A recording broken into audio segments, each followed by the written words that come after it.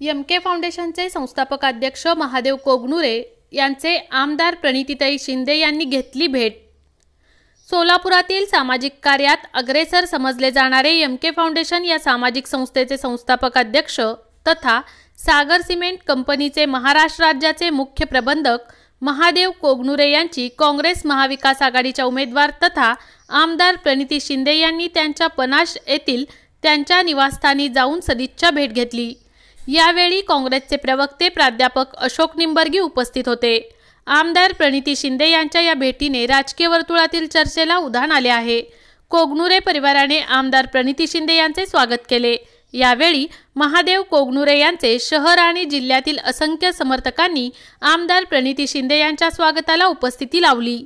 महादेव कोगनुरे प्रतिवर्षी 1 लाख विद्यार्थ्यांना वह्या वाटप आणि दक्षिण सोलापूर तालुक्यातील जळीतग्रस्तांच्या मदतीला ते कायम धावून जातात।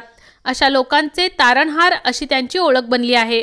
तसेच 5000 महिलांचा हळदी कुंकवासह हजारो शेतकऱ्यांचा शेतकरी मेळावाही घेतला।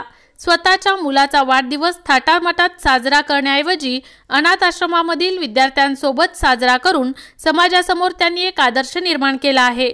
आमदार प्रणिती शिंदे यांनी या सर्वच सामाजिक कार्याचे कौतुक करताना अशी व्यक्ती राजकारणात यावेत अशी अपेक्षा कोगनुरे यांच्यासमोर बोलून दाखवली।